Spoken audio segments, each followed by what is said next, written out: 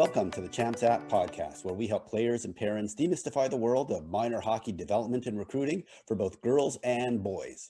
On this episode, we have our interview with two guests. They are Cari Coen and Jake Anderson, who are both coaches at the Bishop Kearney Selects Girls Hockey Academy in Rochester, New York.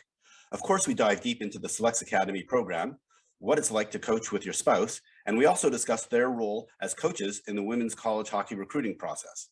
Plus, they give their perspective on what is going on right now with college commitments. I really enjoyed this talk with Cari and Jake, and I hope you do too.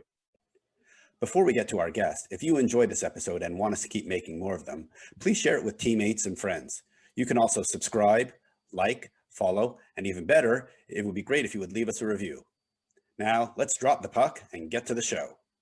I'm very excited to have on the Champs App podcast our first episode with two guests. They are both coaches at Bishop Kearney Selects Girls Hockey, and they also happen to have gotten married this past summer in Rochester, New York. First, I'd like to welcome Cari Coen, originally from Harbor City in Southern California. She played college hockey for 1 year at Wayne State University before I believe the program folded, and then 3 years at St. Cloud State. She's had a variety of coaching gigs, which include head coach of the U19 team at Selects Academy, and she is currently the assistant program director and U19 associate head coach at Selects. Next up, we have Jake Anderson, who is originally from Colorado Springs, Colorado. He played his prep school years at Shattuck St. Mary's, where he played goalie, and before playing college, he went to American International College for 4 years playing goalie there. Jake has had several D1 assistant coaching roles, which included Holy Cross, RPI, Merrimack, and Providence College, before becoming the U16 head coach at Selects Academy for the 2021 season. Welcome to the podcast, Cari and Jake. Awesome. Thank you. Thanks. All right, guys. So like we do all our guests, we're going to do this although slightly differently because we'll start with Cari. Why don't you start with you telling us a little bit more about how you started playing hockey and what made you such good hockey players that you were both able to play college hockey? Yeah, no, awesome. Thanks for having us. So growing up, I am from California. I have four brothers, so two older, two younger. So with that being said, we had a lot of activities going at all times. So that was playing sports in the morning, sports in the afternoon. But during that time growing up, that was the Gretzky era. And so I remember one weekend we had a T-ball weekend, and they were like, hey, you guys want to try roller hockey, to my brother Nick and I? And we're like, yeah, we'd love to, because we would always play in the backyard. So we kind of picked up roller hockey that way, and then we really got into it. And then, a year or two went by, and I was just honestly a little rink rat, and someone missed practice or one of the games, and they needed a substitute goalie, and I was just there, and I was actually a forward at the time, and they were like, hey, will you play goalie? And I said, no problem, put on the pads. And then I started to love it. And with that being said, we had a coach that was looking for an ice hockey goalie, so I went and started playing travel ice hockey at the squirt level, and then the rest is history. And Cari, were you playing with boys or with girls? And were you playing with like the Ducks or the Kings or whatever at that time were the clubs that were available in Southern California at the time? Yep. So I was playing boys hockey. I played up until 16 boys AAA. And then I decided that I wanted to start skating out. So I went to the premier women's team. There was the Lady Ducks, and then the Cal Selects, which was before some of the other programs that are out there. So played for the Cal Selects for 2 years, and they unfortunately cut that program, and we merged to become the LA Selects, and I played there for 2 years under Jeff Turcotte. And then with my time there, I was honored a scholarship to go play college hockey, and I fell in love with the coaching staff at Wayne State, Jim Fetter, and enjoyed my time there. And about 2 weeks before I was supposed to go back, they cut the program, unfortunately, and Jim Fetter and some other girls ended up going other places, but Fetter ended up at St. Cloud State, and obviously with national camps back when they first started, I was doing those, and they were in Lake Placid, and I had Jeff Geeson as a coach, which was exciting, and so kind of had that relationship, and ended up my other 3 years there, and loved my experience, got a great education, and was able to be a captain while I was there, and obviously minored in coaching and things like that, and majored in sports management. So kind of went down the path that I wanted to there. That's awesome. That's awesome. Okay, before we get to Jake, I got two questions for you. So first, what was the transition like going from goalie to defense? I believe you were a right-handed defense. What was that like? And especially like, you know, I'm assuming you were doing this as you transitioned from boys to girls. So that's a pretty impressive change, especially given the skating and the shooting requirements that you probably don't see as much being a goaltender. Yeah, so like I said, I was playing roller hockey as a player. So I would play forward. And then when I decided I didn't want to play goalie anymore, I was like, oh, this is easy. Like, this is girls hockey. And when I went to the tryout, it wasn't just girls hockey. This was because at that time I was like, oh, I want to go play in the NHL. I want to be like Nome Rayom and things like that. Right. So with it, it was a good transition. Obviously, playing with the girls, it's no joke. And so when I made that transition from going from goalie to forward, I was just always, I was very similar to a power forward, always going to the net, trying to get pucks, trying to break up battles, things like that. And then I was actually recruited as a forward to Wayne State. And while I was there, they ended up having someone get hurt and they needed some help back there. And then fell in love with that. Got a couple of words with it, and it's a multi-dimensional player, can play any position. Yeah, I can ref too. The OHL apparently is very open to female refs these days. So yeah. All right, last question for you before we get to Jake. Who was your favorite coach growing up? Before you became a coach. And why? That's a great question. Probably it wasn't actually in regards to, obviously you have your youth coaches and stuff like that. But at the time I was a huge LA Kings fan. And I was actually a big fan of Andy Murray and how he was working with the Kings. Because obviously another part of my growing up, I was homeschooled. So I spent a lot of, like I said, I was a rink rat and I spent a lot of time at the rink. So with that, I would go and watch the Kings practice and then get on the ice and then train. And so I was very dialed in with like what he was doing, and I would just watch the game to learn. So, at that time, I didn't know a lot about coaching philosophies and styles when I was that age, but I just knew I liked what he was doing off on the ice. And then when you'd watch him on the bench during games and stuff like that, I guess you kind of learn when you're younger what kind of philosophy you don't really look at that. But as a adult now, I mean, looking back at what he did with the Kings, with Adam Denmarsh and some of those players that he had, it was just part of my childhood. So if I remember correctly, Andy Murray was a true rink rat. He not only, spent a huge amount of time at the El Segundo rink in LA, he lived at the Hilton Garden Inn right next door. Right next door. He was there the whole time. And he has like the most detailed pre-game, research that he hands out to every player, and he slides under their door when they're on the road to learn everything. So he's probably not a bad guy to learn from in terms of being all buttoned up and prepared. So that's a great story. All right, Jake, let's get to you. So tell us how you started in the great game of hockey. Yeah, no, I'm so very similar to Carrie. Is when I was growing up, where we lived on a neighborhood that had two cul-de-sacs, probably 4 houses down, where a bunch of kids lived, and we just played sports all the time. So every day after school, we're just playing different sports. And when it came to street hockey / roller hockey, they started playing, and I was like, well, I want to play. So I had to learn how to skate. So you just learn how to skate, and then started playing with them. And then we would play every day for hours after school. And then sooner or later, just got to talk to my parents into taking me to play roller hockey, and then started playing that like a house league, and was pretty good at that, and then got asked to be competitively make the competitive team. And same thing with like the goalie. The way it kind of became a goalie is we got to the tournament, and it was someone had to play goalie, and it was the first tournament. My last name's Anderson, so it started with me. So they're like, all right, you're gonna play goalie the first tournament. And then we ended up going 4-0 and winning the tournament. And they're like, you're always going to play goalie for us in this tournament. And I was like, oh, okay. So that's how I started. And then sure enough, an ice rink got built in the mall that was about 2 miles from our house down in Colorado Springs. So once that was built, then I wanted to learn how to play ice hockey. And then same story with like the Kings. The Colorado Avalanche moved to town in '96 and won the Stanley Cup, and then won the Stanley Cup in 2001. And those are like kind of my heroes, and ice hockey just kind of took off from there. Yeah, and then kind of how I ended up getting serious about it is just hockey was growing in Colorado. It's pretty big now in Colorado Springs and in Denver area, but it wasn't quite there yet. So there wasn't a whole lot of teams to play for yet. So as you got a little more competitive and a little better, there was like maybe one team that was competitive in the country, but there's a pool that's pretty big to pick from, or you can look for other options. And that's kind of how we started looking into prep schools and seeing if there was something a little more convenient and better and kind of better for my development to play at, right? So that's kind of how I ended up going up north to Minnesota and going to Shattuck. Gotcha. And then how did you end up getting recruited to AIC?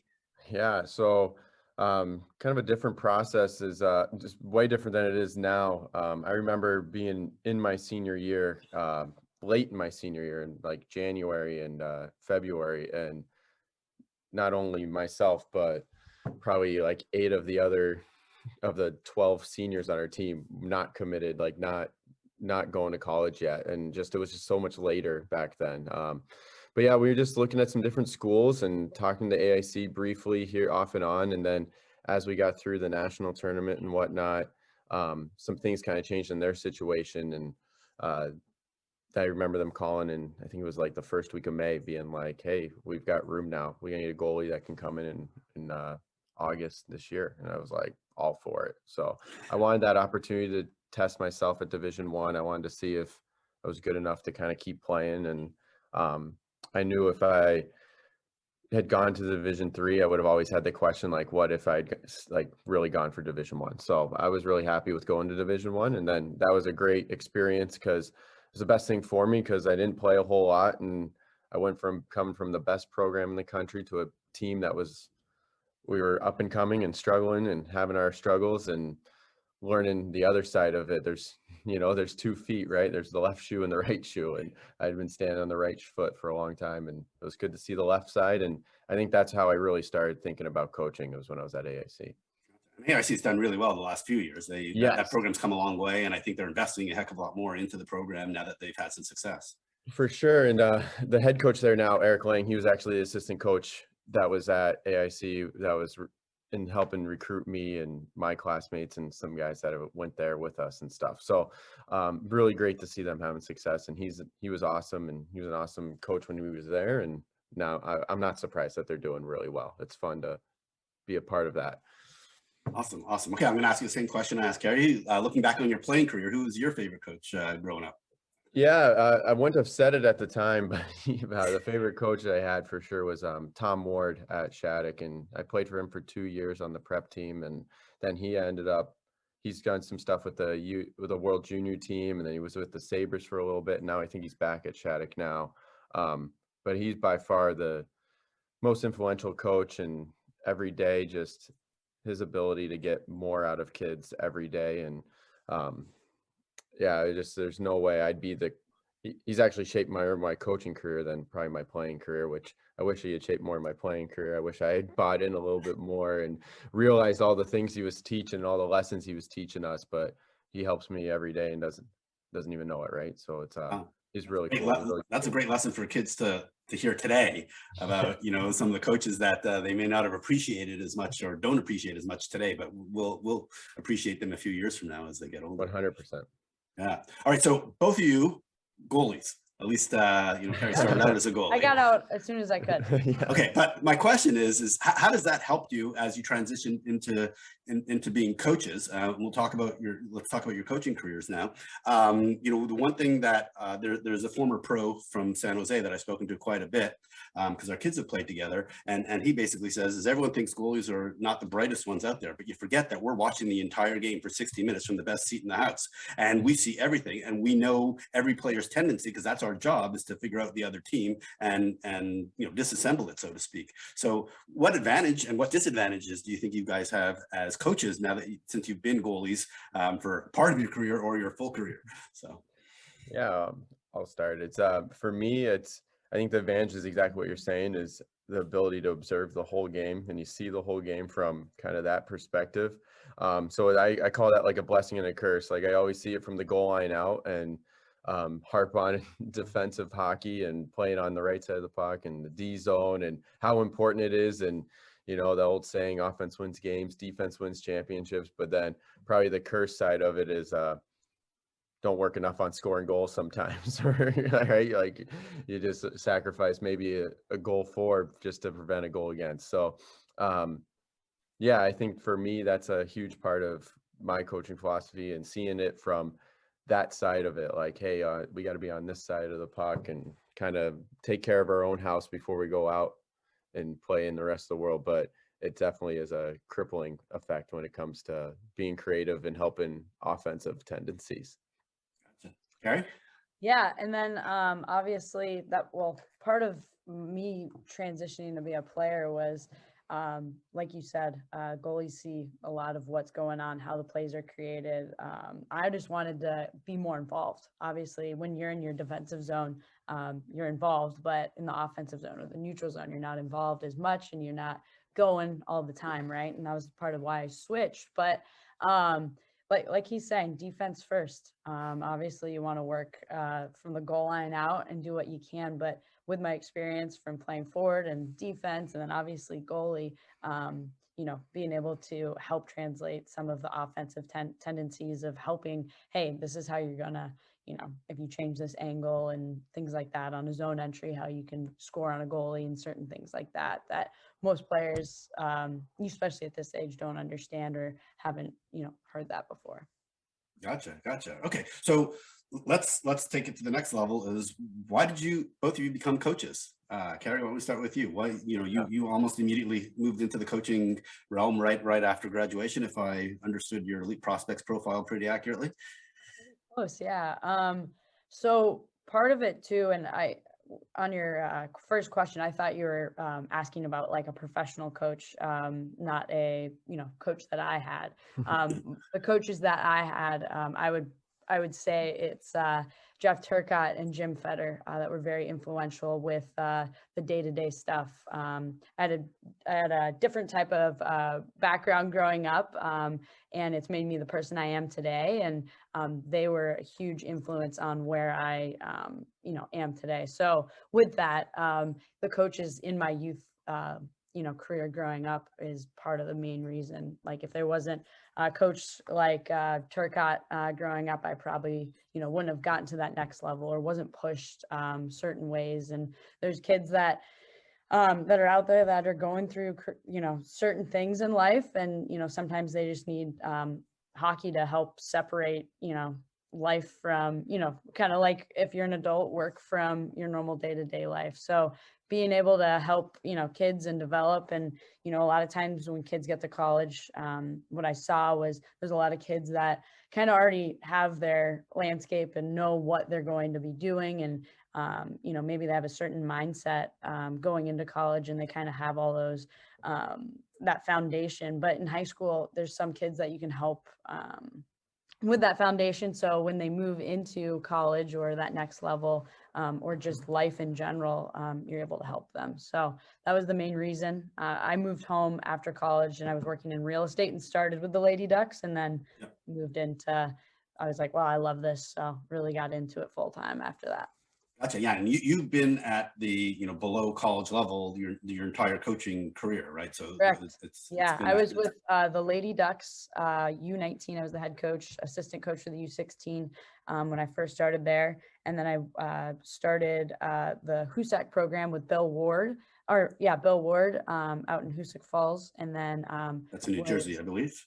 New York, close to Troy, New York. Yep. Okay, and sorry. Then, went to work with Hockey China, the U18 program. And then after that, I have been here ever since. So this will be my 5th year with Selects. So. And you also help out with USA Hockey because I saw you in St. Cloud this summer. Yeah. So ever you've been since there for a while. that's how I met Jake, actually. So we were working USA Hockey Camp. I was brought in as an intern. He was as well, but that's where I met him. But ever since my first year as an intern and second year, I've always applied and wanted to be involved and have been very fortunate to work as a skills coach, evaluator with them. So yes.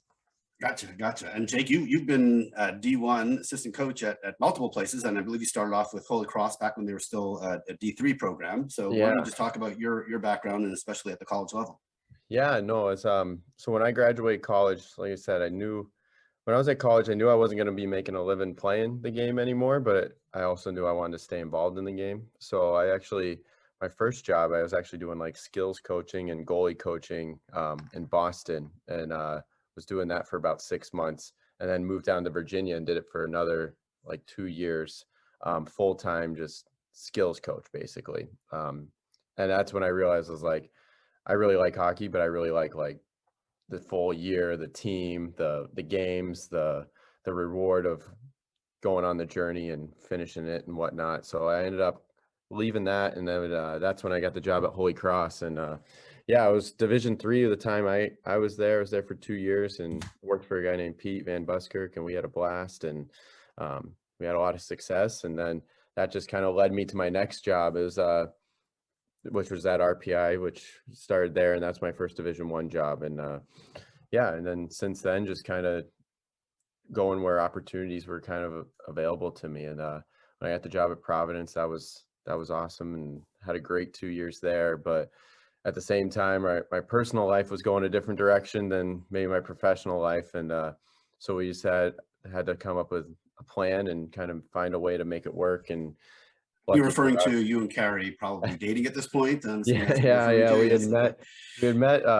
So it was funny actually that job at Hoosac that Carrie took, which is Hoosac Falls, New York, which is about 20 minutes north of Troy, New York, which RPI is located in Troy, New York. So kind of see how that started, and it kind of just kept going. And then when Carrie came to Selects, and I was, like I said, kind of in the Massachusetts area, and went down to Providence, and professionally it was a really good move, and we were having an awesome time, and we were doing great things. But personally, is only so, I don't know, we can only live 6 hours apart for so long. So had to make a choice, and we just got really fortunate that the way Selects was going, that there was potentially an opportunity to kind of come here. And right now, when it turned into like we're both making a pretty good living, and we're able to do something that we both really like doing, and kind of chase our passion at the same time, and be together, which has been, obviously it's been awesome. It's been really good 2 years, and especially with the COVID year, that would have been very, very difficult trying to navigate that year from 6 hours apart. So been very fortunate with that. Gotcha. Okay, so now let's get into Bishop Kearney, and let's just start with what's the history of the program. It was started several years ago. You've had tremendous success in moving players on to the college ranks, especially some top schools. So why don't you just talk about the history of the program, and then the relationship with Bishop Kearney High School. Yeah, I'll let Carrie take it. She's been here a long time. No, for sure. So, Kathy Pippi, she works with us, obviously, and she was actually the one that founded the program here at Bishop Kearney, working with Legacy Global Sports, which is no longer, unfortunately. But with that being said, she was working with Legacy with the Selects, East Coast Selects, West Coast, those types of things, where she was putting on events for young girls through the whole country and nation, just like her Premier Ice prospects now. So with that, she was in a meeting with a couple people, and Bishop Kearney happened to have dormitories upstairs, because back in the 70s they had nuns and priests that lived here, and obviously it was vacant, and so they cleaned out both sides and then redid the dorms. And with that, obviously we have a charter with Rochester Youth Hockey, and then we have 40 girls that live here. So the first year of the program, they had just the U16 team, and that was started with Chris Baldo and Julie Nur. They did a great job starting the foundation of this program and putting it to where it is today, when Brent came in the year after, where they recruited 20 more young ladies to fill a U19 team. And just so we're clear, you're mentioning Brent Hill, who just left to go to be an assistant at Quinnipiac. But correct. Yeah, Brent Hill. He was our program director for 4 years. I came in halfway through his first year, and was here ever since with him. So with that being said, we brought in that second team. So they had 40 girls, and I know the first year that they had the program, they, I think, lost in the semifinals at nationals, and then The next year with Brent, unfortunately lost in the U16 national championship game. And then the year after that, same thing. They had a lot of success at states and came up short again in the national championship game. And then the COVID year happened. Both teams did well. And then here we are today. This past nationals, we unfortunately came up short against the Chicago Mission, great organization, and you know, they push us and we push them like every other program in this country. So we're very fortunate to be where we are today and the success that we have had in just 6 years. So yeah, it's a little bit about where we are on the, you know, history side. I'll let Jake talk about the admission side. And if you could talk about just the relationship with Bishop Kearney, the high school, and kind of how the school works, because it is somewhat of a religious school, like you said. You know, it's a former nunnery, is where I believe the girls live upstairs. So let's talk about that. Yeah, so the school itself is it's a small private Catholic school. So it's a day school. So there's 400 kids that go here, and 300 of them don't live here. So it's not like a traditional prep school where there's a lot of kids that live on campus or a lot of buildings and things like that. It's just a kind of a normal private high school that has a little bit of the Catholic undertones or whatnot from back in the 70s, and they still keep those, like they pray every day and some traditions and things like that. But overall they do, and the kids do take a religion course, but overall it's just a very private school education, which is really cool to see. And it's cool for our girls because they're living in it every day, and they have to go to school with kids that don't play hockey, that don't have interest in hockey, that are going to school to do a million different other things, and they have to get along with them and navigate that. But then at the end of the day, they got on the bus and we go over to practice, and we have our they're with each other, and they go practice and they work out and they live together, right? And they go back to the dorms and have dinner together and manage that side of it too, where they keep pushing each other. And it's really cool because it's one of those things where they're pushing each other, they don't even realize that they're pushing each other, right? Because they're just living right in it every day. So it's pretty cool how much the school supports us and helps us through some of the trials of the travel in youth hockey, as we've all been through that. And you're going away and playing 5 games on the weekend and getting back late Sunday and waking up and they go right to school on Monday, and they're right there and they're sitting in the front rows of their class and their teachers are helping them out. And we've been really fortunate. We've been able to have some girls that have done really well in school and open a lot of doors for the next wave of girls that's coming in, that they have trust already built that they're going to be able to go and travel and do well in hockey and do well in school. So, hey, Jake, can I just ask you a couple of quick questions? Yeah. So there's one, which I'm sure there are some parents where they hear that it's a religious Catholic school, that some that'll be great. That's awesome. That's perfect for my kid. And for others, maybe not. So maybe you could just talk a little bit more about, for kids who maybe want the hockey side of things, but maybe less the religious side of things, how that's adapted for some of those kids. Yeah, like I said, it's more of just like kind of the morals and the foundation of the school, what they're going to be teaching. It's more so that than actual like religion, if you will. So they do take one religion course through their years. They got to get a credit with that, but that can be a little bit of everything. It's kind of just learning about religions. It's not just Catholic. And then our school does one mass a month, where the kids have to go to mass for 30 minutes one time a month. But other than that, it's just a regular school, kind of a regular school day. There's plenty of kids. We have kids in our program right now that are all different faiths and religions, and no one's being looked down upon or treated differently for their religious beliefs or anything like that. It's just, I guess the school just has that history of how it was founded, and it was a Catholic school when it was founded, right? Yeah, gotcha.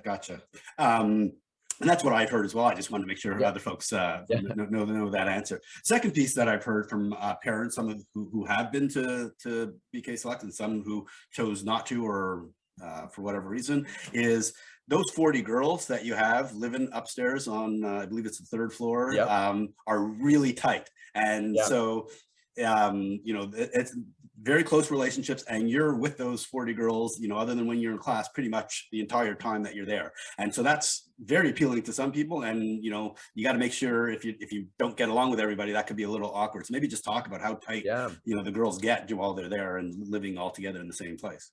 Yeah, and I think that starts with like kind of our program and some of our philosophies is we're really preaching hard on inclusion and that everyone's in this thing together and we're working together, and our girls do get along really well, and they are around each other probably too much at times, right? And that doesn't mean that they're always getting along and whatnot. We have our whatever differences and disagreements, but that's part of life too, is you have to be able to understand where someone else is coming from and maybe learn from that and get through that disagreement, just like if you were your sisters and siblings and all that. So I think it's kind of what makes us really special is just how tight our teams are and how much they're around each other. And at the end of the year, when we're in those big tournaments and whatnot, and we're going through them, and maybe that's the difference between us getting to that next game, is that our girls are willing to do maybe just a little bit more for each other because they care just a little bit more about each other,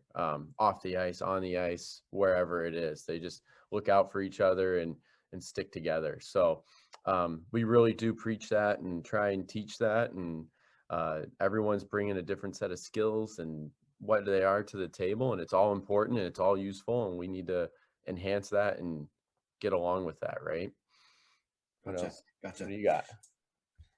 I mean, a part of it too is, you know, we have girls that are coming from all over. We have girls from different countries. We have girls local. We have girls, obviously from California, Texas, all over. So with that, you know, they're all going through the same thing, right? They're away from home. They automatically have 39 other sisters that, hey, maybe I've never been through this, but maybe Jenny Sue over here has, right?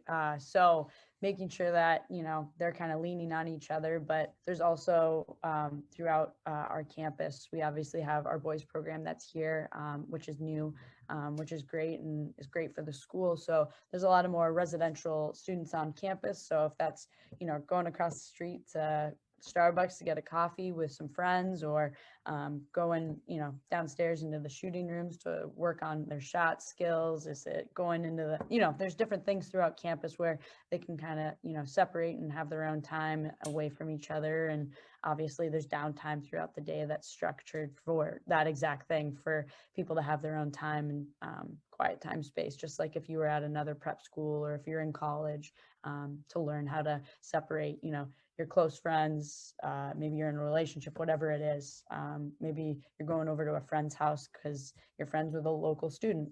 So, which we have a lot of students that are. So, you know, sometimes we have kids on off weekends, they'll go and hang out with their local, you know, friends from school. Just like if I were at any prep school or any hockey academy, we're lucky that we have those friends and teammates that, you know, maybe I'm friends with them on the lacrosse team in the springtime if I pick to choose and play lacrosse, right? So they have those opportunities just like if it was a normal high school. Gotcha. You kind of stole a little bit of my next question, which was what's the relationship with the boys team? You know, do you practice together at all? Do you do skill stuff together at all? Do they kind of live in the same building? But obviously, if it's a former nunnery, I'm sure they are very well separated. How does that all work? Just like a normal prep school, our school is one big building instead of having like 5 different buildings, 6, however many different buildings throughout the school. So with that, obviously, yeah, the dorms are separate, but you know, there's times just like in prep school, after school or practices and meals, they're able to go mingle, hang out, do whatever, you know, if they're going to Target, Starbucks, whatever it is, or maybe they're going to you know, a skills session together. You know, a lot of them will play roller hockey out back, or maybe if it's the winter, play some pond hockey. So with that, you know, we're very fortunate to have them here with, you know, their knowledge base with their coaching staff. We sometimes we'll meet with them, and some of our girls will do skills sessions with their coaches as well. And, you know, part of it is we don't practice directly with them, but we're definitely involved with a lot of their day-to-day stuff. But yeah, we don't practice directly with them, but maybe in the future we'll have some events like we've talked about doing, like 3-on-3 tournaments and stuff like that. Gotcha. Okay, so now let's move on to the actual girls program. There's some significant coaching changes that occurred over the summer. Yeah. As I kind of mentioned a little bit earlier, Brent Hill went on to back to Division One, and some major coups with bringing in the former Robert Morris University head coach Paul Colantino, as well as he also brought in Scott McDonald, who was also the former head coach at RIT. Maybe just talk about the coaching changes and what the impact has been on the team so far. Yeah, no, it's been awesome. It's been great. The transition, I mean, it's never, I don't know if there's ever like a great time for transition like that, but Brent did an awesome job. And when he moved on to Quinnipiac, and we were kind of seeing what's going on, and everything kind of happens for a reason. And Robert Morris, I don't know, for whatever reason, they made the decisions that they made, and it was only about 2 or 3 weeks after Brent had decided that he was going to move on. So we still had that opening, and Kathy, being from Pittsburgh, she was helpful with that, and kind of opened that door and went through the process. And Paul, he jumped in both feet right away here, and he's been awesome. He's also taken over kind of a director role with all of hockey too. So he's really helping with, like you were just talking about, the relationship with the boys program and stuff like that. And over the time, how I think he's going to be really influential on how this whole place kind of works and operates together, which will be really fun to be a part of. And then in terms of the hockey stuff and the knowledge, you can't the only way you can get 10 years of Division I head coaching experience is you got to be a head coach for 10 years at the Division I level, right? So him bringing that to us, and we're fortunate that every conversation we're having, we're learning from him and picking his brain and helping out. And then and then with that, he had the relationship with Scott already, and kind of reached out to Scott to see if he'd be interested in kind of helping us out, and kind of like our practice coach, if you will. Like, he comes to a lot of our practices and helps out, does some skill development stuff and whatnot. And as the time goes on, hopefully it'll blossom even more and get him into more and more game action and stuff like that. But he's been great for our kids, and just another voice with a ton of experience that knows how to kind of translate that message to the kids and help them just again, we're a development-based program, so any way we can help kids get better, that's what we're trying to do. So if that means us coaches are getting better, that's good. If that means the kids are getting better directly from, that's also good. So it's been really good. It's been a whirlwind of a month. September's always super fast, so it's good to get through that. But I think overall, it's going really well. Yep. And so let me ask the most obvious question. What's it like working with your spouse? You aren't the first coach that works with their spouse. We had Sarah Reichenbach earlier on in one of the early podcasts who works with her husband at Maine, Ricky Reichenbach, there. Now, you two work together, now not directly on the same bench at the same time, but what's it like working together? No, it's awesome. When he was working at the college level and I was working at the youth level, some people are always like, hey, like, can't believe, so-and-so's talking about hockey again. I'm like, well, that's my life. I love hockey. And we will talk about, hockey every day, and it just works out. And that's the type of people we are, with being passionate about it. So in my opinion, on my side, I love it. I feel that he makes me better, I make him better, but also everyone else that's here also helps contribute with that. So very lucky. And actually this year I have been on the bench with him, so it has been good. We've coached together before in like summer camps and showcases and stuff like that. So it's good. We both have respect for each other at the workplace, in the sense of, if he's the head coach of the U16 team, we're on the same page no matter what. And that's kind of a philosophy of our coaching staff and our program in general. So yeah, in my opinion, I love it. But he can speak for himself.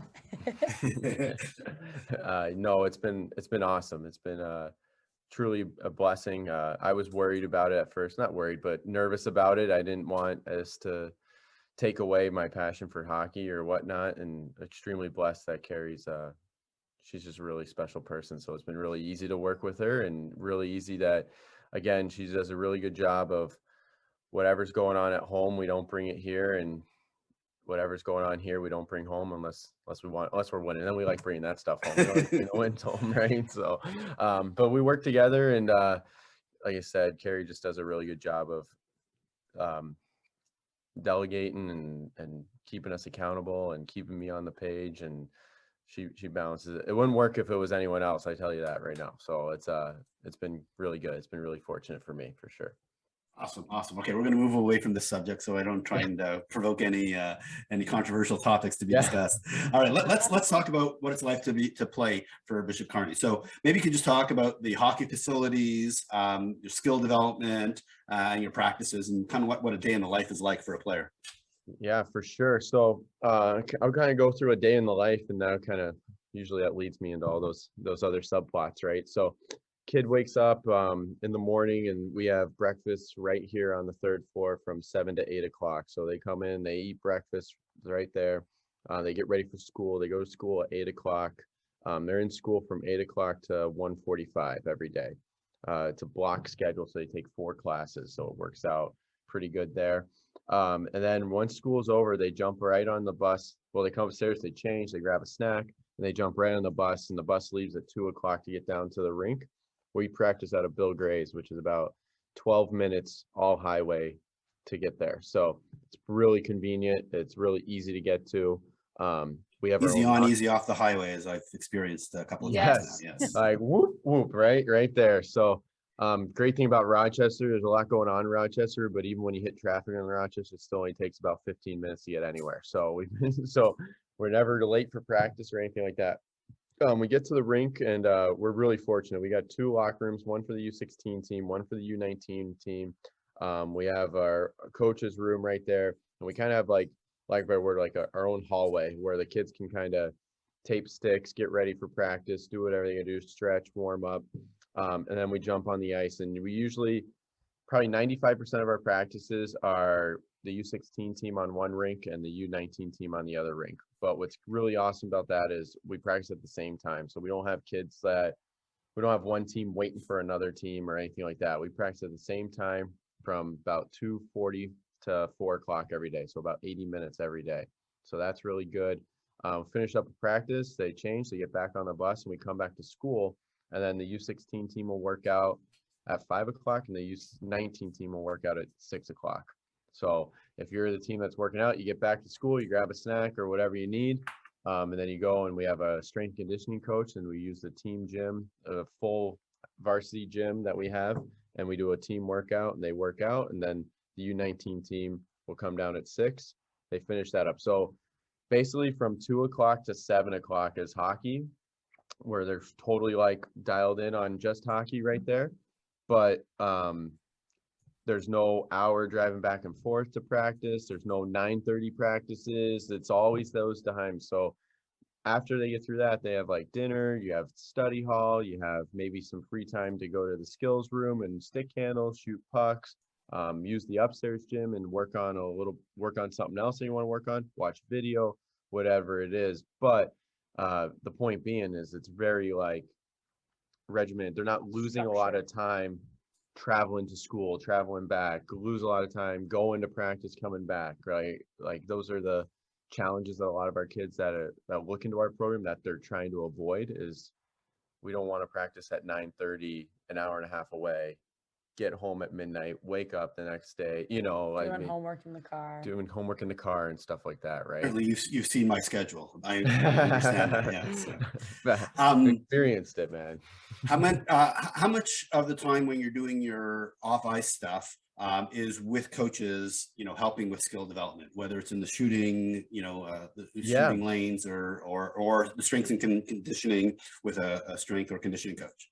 Yeah, so they have their strength and conditioning coach. We have a strength and conditioning coach that works with the teams. So that's and I think that's a big piece. So like that's the kids, they hear from us all the time, every day, all day. So whenever we can have someone who's like just kind of coming in and just working on one thing, whether it be like strength conditioning, that's a good thing. Like that's a new voice that's bought in. So we have a strength conditioning coach, so that does well. If they want to do the skills room, a lot of times they go together. They go in groups of 2 or 3 and they kind of push each other. Maybe they'll come and ask us ahead of time, like, hey, I'm having trouble doing this. Do you have any drills or whatever? And we'll be like, yeah, well, we can like kind of write out release, things like that. Write out a plan for them, shot release, stick handle, whatever it is. But then that's part of it too, is you got to learn how to go on your own a little bit.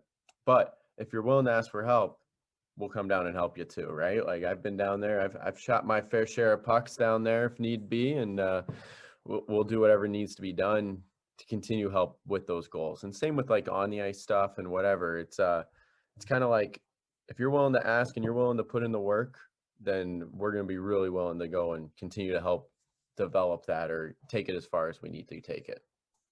So Carrie, as kind of being involved at the director level of the program, how do you trade off winning versus skill development and really making sure the girls are ready to go to college? I'm assuming most of them want to play D1. Yep, that's a great question.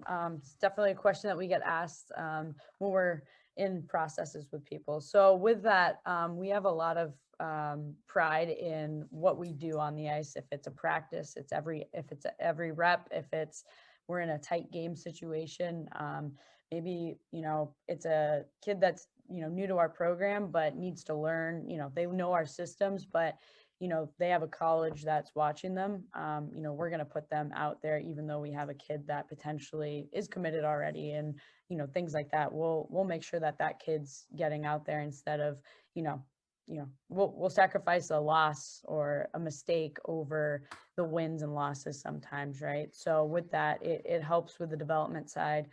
We try and run, making sure we have, girls going throughout the whole game. Obviously, there's certain situations in certain games, but we try and make sure that we have, girls getting to play in all different situations at all times. You have Gotcha. anything to add on that? Yeah, and then at the same time though, we're competitive, and that's part of development. Development is defined in a whole lot of ways, and sometimes the best development is learning the lesson, but like, oh, I didn't get to play at the end of this game, what the heck's going on? Like, I always play at the end of the game. I'm going to go talk to coach. Why am I not playing at the end of this game? Well, this is why. These are the things you need to do. How can we help you with that? So maybe next weekend or next month or next year, when we're in this situation, we are calling your number, right?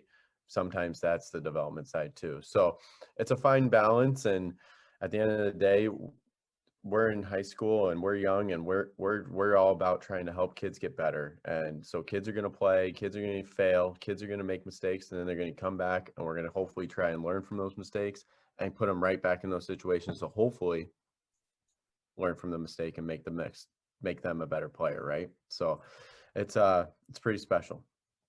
Gotcha. So Jake, I'm going to ask you the same question that I asked you a year ago when I first met you, which is, so say you have a 15 or almost 16-year-old player, but they're really good. How do you decide if they should play on the 16s team or the 19s team, the U16 or U19 team? Yeah. So the way we kind of do it, we really do it case by case for the most part. And a lot of it is, there's the hockey side of it, the physical side, and then there's the off ice side of it and the mental side too, right? So sometimes a kid, it's better for them maybe to play another year of 16s and go from being a kid that's always been the youngest kid on their team because they're really skilled and they're the best player, but they're always the youngest and they're always able to look up to people. All of a sudden they come back and maybe they play that extra year on the U16 team and they're the oldest kid and everyone's looking at them. And now maybe we're not developing as much on the ice as we are off the ice. We're developing way more off the ice, and that's going to actually help them on the ice in the long run, right? Like what's an example of an off ice thing that they could develop? So like the leadership part, like here's one, like an example would be, they've been a kid that every year they're looking at someone else like, so what are we wearing to work out today? What do we have to do for this or whatnot? And now they're sitting there and everyone's going to them like, what are we doing for workout today? And now they're like, oh, I'm the one that's kind of like making sure that everything runs smooth here.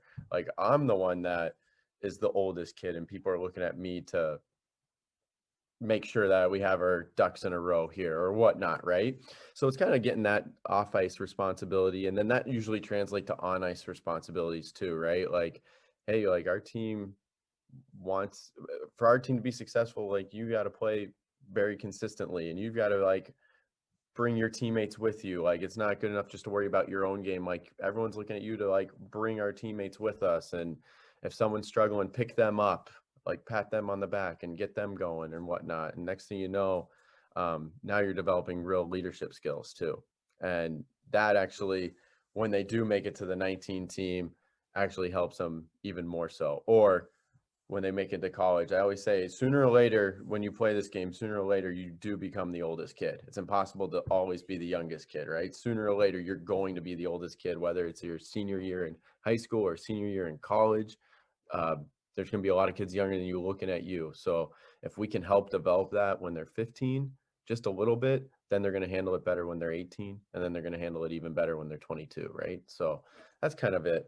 And with that, I mean, part of that leadership stuff is, you know, when you go to those national camps or, you know, potential festivals and things like that to, you know, a lot of kids have aspirations to be on those USA teams, Canadian, whatever country you're from. That's one of the biggest things is character and leadership, what they're looking for off the ice. Sometimes they're, you know, they know you can get it done on the ice, but what are you doing off the ice? What kind of person are you, right? And obviously growing up, you're going to have mistakes and kids are, you know, going to learn from the good, the bad, right? The upsetting things.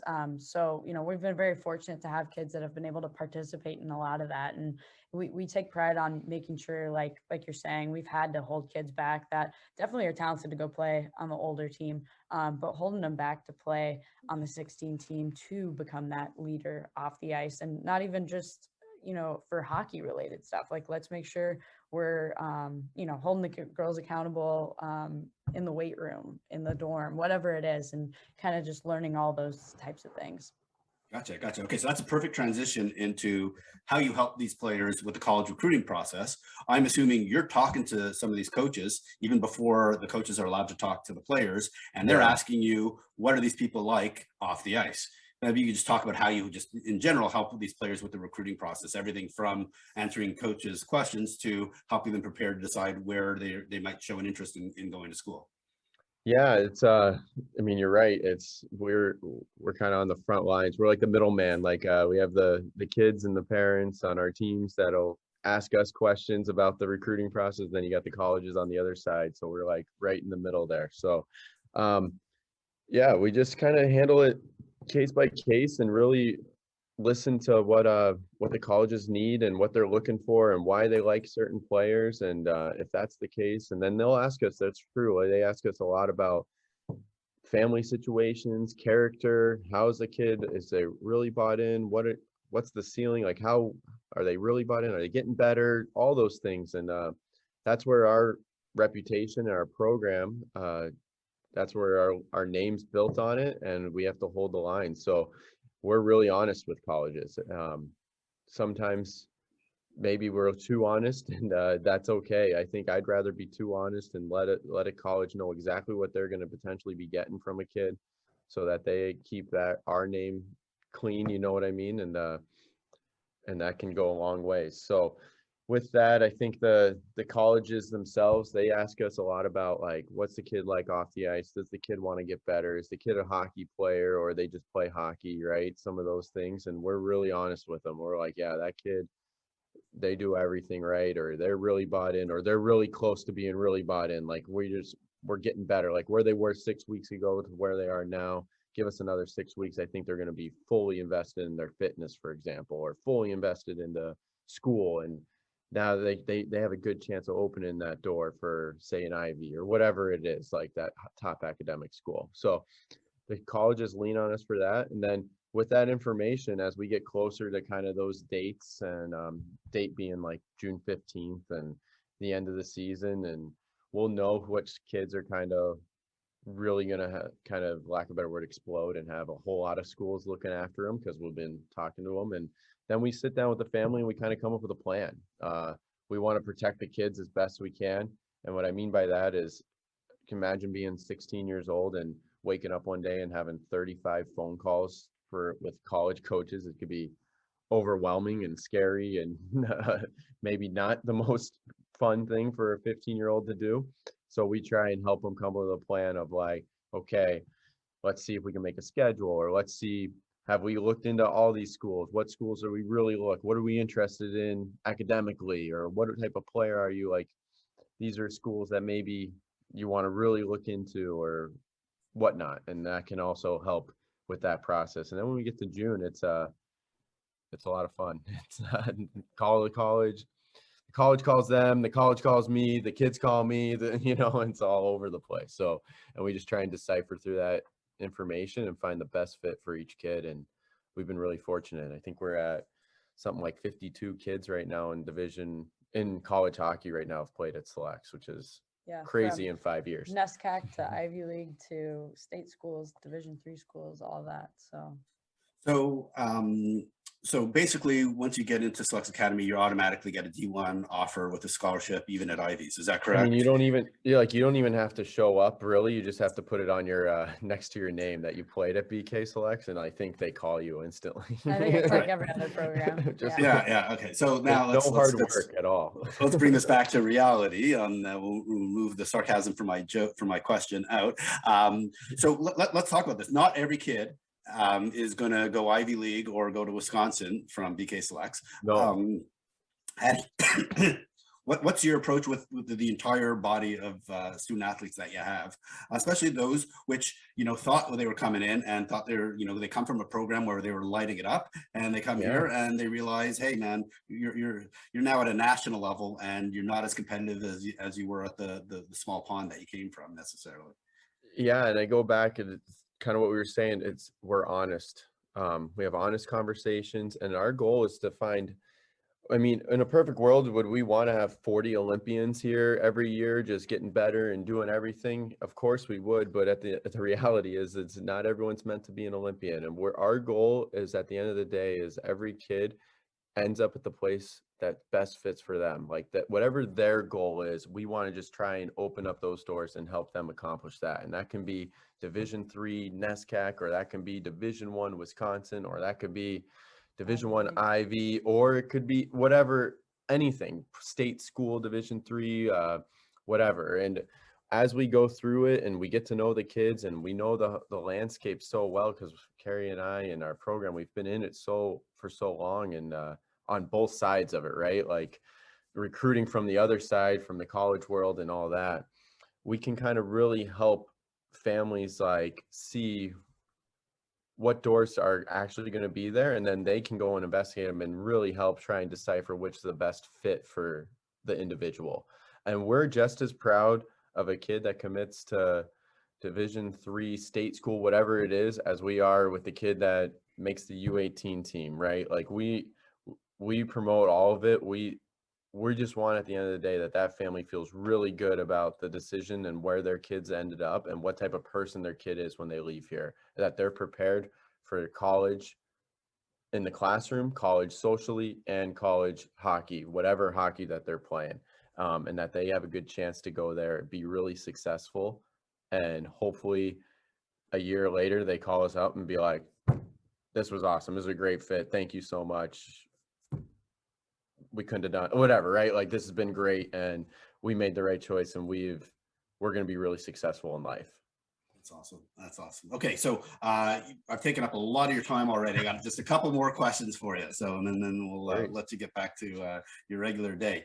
What has the impact of COVID been on the recruiting process, specifically, you know, the last few months, and in particular on the 2023s? At least compared to the 2022s, you have, you know, significantly less commitments, at least from what I can tell so far, versus what you have in the past at this time. And I've definitely seen that at the national level. It's basically less than half of the commits that they normally see at this point for 2022s and 2021s in terms of what we're seeing from the 2023s. What are you seeing from your perspective, you know, at the school level? Yeah, go ahead.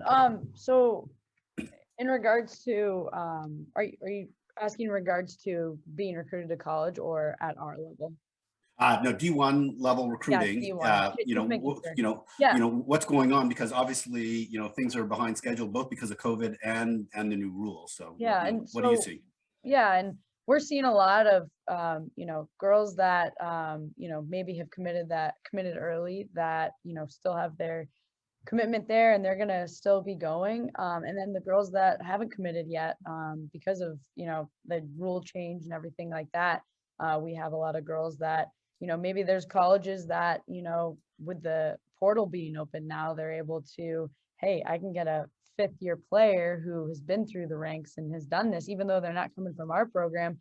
I can get her here and I don't have to teach a freshman or a sophomore how to, play this system or play at this pace. So the the reality of the transfer portal playing into it as well is kind of causing some of the backlog. But also with, our side of things with like the girls committing to a lot of these girls that would get offers or had offers before the rule change are kind of, they're there, but they're not, say it was 10 schools, now it's maybe 5 schools, and maybe it's not exactly the 5 schools that they wanted. So with it, I think it's obviously has caused a lot of backlog, but we're able to help navigate those families and kids into the right position if it's staying D1 and moving on and, going to a great Division 1 is if it's Ivy League, or maybe I could have an opportunity instead of going Ivy League, I can go NESCAC and be an All-American, whatever it may be. We're trying to make sure we help navigate them through that process. Yeah, and I think the bottom line is if and it's what you know versus what you don't know. So what has a lot happened with a lot of these colleges is they know if they can bring a kid back that they know they've had them for 4 years and they've got 120 games played for them and whatnot, exactly what you're going to get. Maybe that's a better fit for them in the short term than bringing in a freshman that's never played college hockey yet. And I think people are starting to realize that that's really what the logjam is there's every person that was playing college hockey got an extra year of college hockey, and these schools are looking at it and being like, I know at least what I'm going to get out of this. There's less gambling, if you will, less like of the unknown. So I think that's a huge reason why you're seeing some of the backlog. And then also colleges weren't in the rinks all last year and kids didn't play a whole lot of hockey last year. So they're still going through their process and seeing what's out there. And with the border control and stuff like that in Canada, and Canada hasn't started playing hockey nearly as much as the US is right now. So I think a lot of schools are waiting to kind of see what's going on up there too. It's just it's a different landscape. It's a lot different. A lot can change in 24 months, apparently, from when I was last doing it. So it'll be interesting to see how it plays out. I think it's kind of the long-term effects, but overall, I don't think it's a bad thing. I think sometimes we were going so fast before COVID that maybe it's okay that we're slowing down and schools are really looking at kids and making sure they know what type of player they're getting. And last goalie specific question. Do you find it's even more challenging for goalies?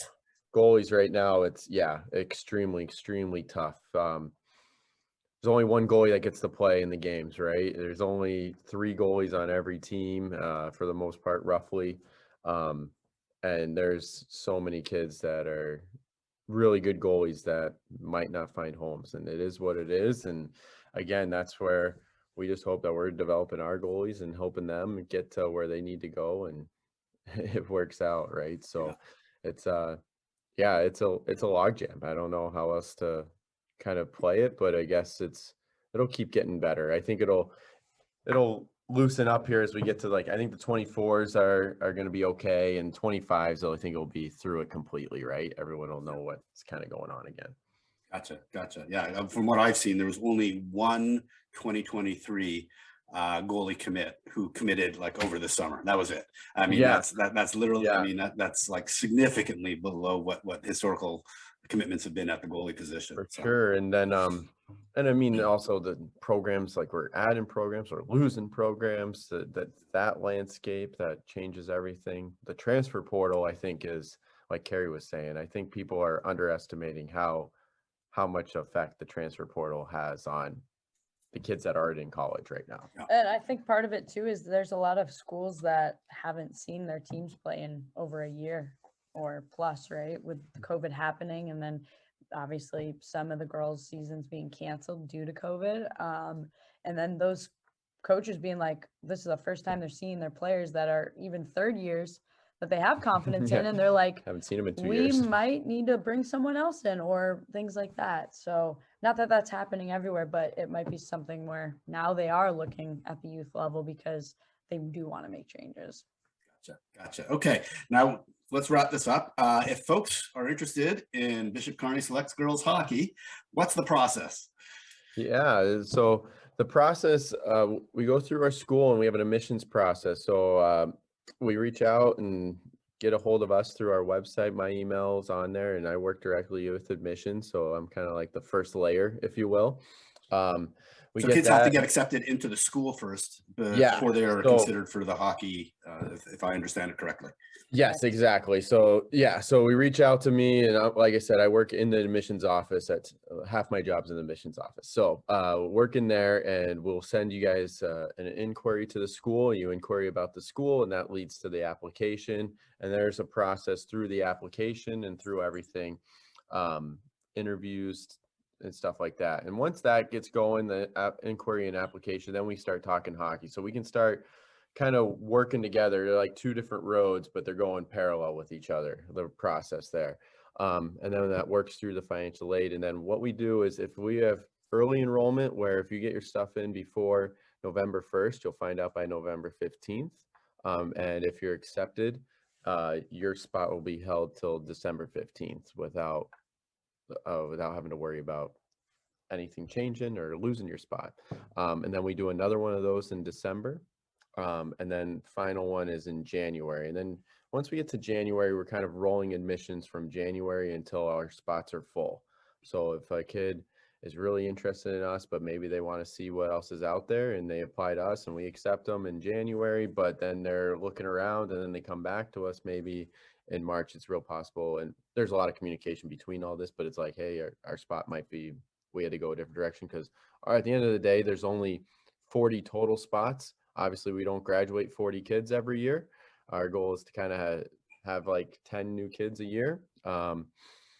And that's that. Once those are filled, then our team's filled. So, Yeah. and so clearly you obviously lose kids to graduation, and I'm assuming once in a while you'll have your own transfer portal, so to speak, situation. So yeah, we've been very fortunate. The last couple of years, we've had a really high retention rate. We pride ourselves on that. We work with the families we want. We always say when we commit to you guys, to that family for say their grade 10 year, we're committing for 3 years. Our goal is to have kids come here, be on our teams, go through the school, go through the program, develop, and then graduate. That's our goal. And we don't want kids only here for a year and then looking for somewhere else and whatnot. It doesn't mean that we're the best fit for everyone. It's a special type of relationship. It's a special kid that makes it through, but we try and identify those kids and pick the right ones that can be the most successful here and have a great experience here. And I'm going to end with another goalie question, since I always get pinged by goalie parents saying you don't ask enough goalie questions. So keep going. I believe you have 2 of your incoming players are goalies. So how do you manage? Like, do you already know like you might need goalies next year, or you won't need goalies? How does that work for that position? Because it's a little bit tighter. Like once you can only have 4 goalies amongst the 40 players that you have. Yeah, exactly. And that's where it comes to the process and the birth years and grade years and graduation rates and all of that. So we that position more than any, we're projected out like 4 years. We're like, okay, if we have a kid here, we got a kid here, now we got to make sure, okay, we're gonna need one this year, not next year, and then the year right. So we just kind of stick to the course there. And yeah, we can't go too far off the page on that one. That one, lack of better word, sometimes solves itself actually, right? Gotcha. All right, cool. Awesome. Carrie, Jake, anything else you guys want to add? Anything else about the program that we missed that you want to share?